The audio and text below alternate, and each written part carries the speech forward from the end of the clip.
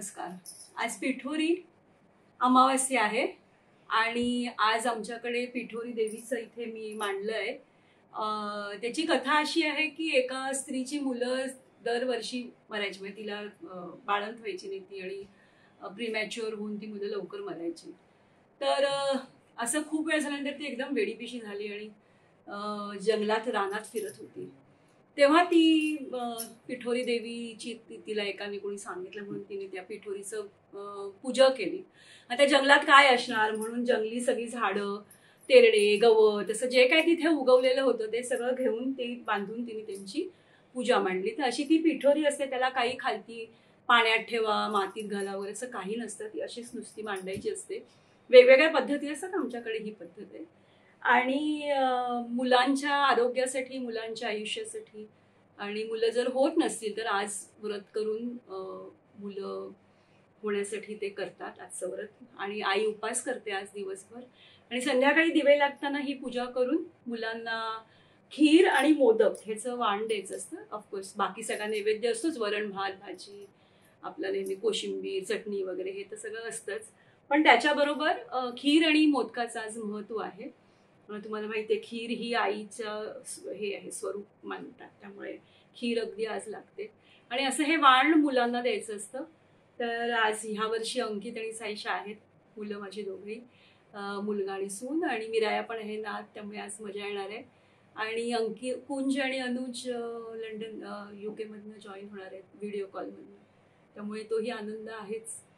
तर अशा रीतीने आम्ही आज पिठोरी साजरी करणार आहोत. धन्यवाद. तुम्ही ऐकलंच असेल माझ्या वहिनीने सुजलाने पिठोरी अमावास्येचं महत्त्व किंवा हे व्रत कशासाठी करायचं, का करायचं हे सांगितलं. खूप छान पद्धतीने सांगितलं तिने. आमच्या घरी मला असं वाटतं माझ्या पणजी आजीपासून, म्हणजे पणजी आजी, आजी, आई आणि नंतर सुजला, आणि इथपर्यंतच नाही तर त्याच्या पुढच्याही पिढी तयार आहेत. ही सगळ्या परंपरा आणि रूढी आम्ही जपत आलो आहे. नुसतं माहेरीच नाही तर माझ्या सासरीसुद्धा सगळ्या रूढी परंपरा तेवढ्याच जोमाने जपल्या जातात. पिठोरी अमावास्या म्हणजे मातृदिन. हा मातृदिन म्हटला का आम्हाला बालमोहन विद्या मंदिरचं आमचं ते दिवस शाळेतले आठवतात. आमचे दादा, लाडके दादा, प्रिन्सिपल दादासाहेब रेगे, ते स्टेजवर उभे राहायचे. म्हणजे मला असं वाटतं पहिली इयत्तेपासून ते 10वी इयत्तेपर्यंतचं प्रत्येक मुलाला हातात नानकटाई बिस्किटं दिली जायची. आम्ही दादासाहेबांना वाकून नमस्कार करायचो. मग दादा आईबद्दलचं, म्हणजे आपल्या आयुष्यात आपली आई किती महत्त्वाची आहे रादर, हे तिचं महत्त्व, तिचे संस्कार, तिने आपल्यावर, किंवा प्रत्येक आई झटत असते की आपलं मूल किती छान घडलं पाहिजे, त्याच्यावर किती चांगले संस्कार झाले पाहिजेत.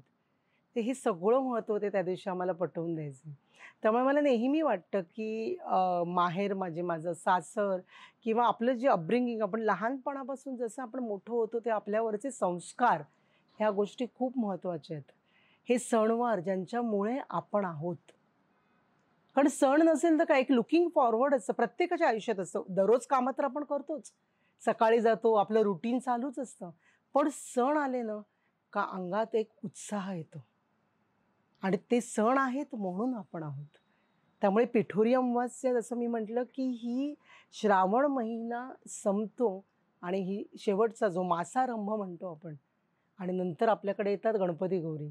तर ही पिठोरी अमावास्या आमच्याकडे एवढे वर्ष जी चालू आहे ही रूढी परंपरा अजून पुढेही चालणार. आमच्याकडे सगळी मुलं आता बाहेर आहेत, कोणी लंडनला आहे, कोणी कॅनडा. यावेळेला अर्थात अंकित आणि होते त्यामुळे तुम्हाला ती दिसलेच असतील, पण कोणी लंडनला आहे, कोणी ऑस्ट्रेलियाला आहे. व्हिडिओ कॉलवर वाण घेतलं जातं. त्यामुळे परंपरा आणि रूढी काय आपल्या तोडायच्या नाहीत, कारण पुढच्या पिढीला कळणार कसं सणांचं महत्त्व, आपण केलं तरच कळणार, नाही का? त्यामुळे मला असं वाटतं प्रत्येकाने आपण थोडा तरी वेळ, आणि तुम्ही काढत असालच, पण मला असं वाटतं काढावं सणांसाठी. खूप मजा असते आणि सण खूप आनंद देतात आपल्याला, खूप मजा आणि खूप उत्साह वाटतो आपल्याला. पुढे अजून गोष्टी जशा जशा आयुष्यात आपल्या काहीतरी चढउतार असतात, पण ह्या गोष्टी आल्या, सणवार आले का आपण एकदम जोशात सगळ्या गोष्टी साजऱ्या करतो. आणि मला असं वाटतं त्यामुळेच माणसांच्या मनात हे असा उत्साह कायम राहतो आणि पुढे आयुष्य अजून छान आनंदाने जगण्याची उमेद सुद्धा आपल्याला सणांमुळेच मिळते. माझ्या मागे कोण आहे? मी आहे. कोल्हापूरची वाट कुठली, हीच कोल्हापूरची वाट कुठली, हीच. जनी असता साथ दे, वनी असता हात दे, माझ्या मागे कोण आहे, मी आहे. माझ्या मागे कोण आहे, मी आहे. उचित वाण कोण घेईल, मीच घेईन. उचित वाण कोण घेईल, मीच घेईन. माझ्या मागे कोण आहे, मी आहे. माझ्या मागे कोण आहे, मी आहे.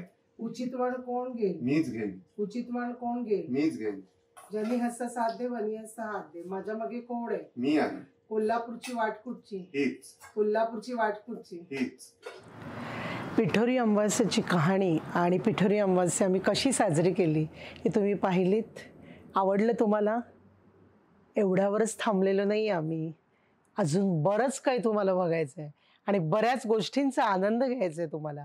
कारण गौरी गणपतीचं आगमन होणार आहे उद्या आणि त्यांच्या स्वागताची तयारी आम्ही जय्यत केलेली आणि ती सुरूच आहे आमची, कितीतरी दिवसांपासून सुरू आहे.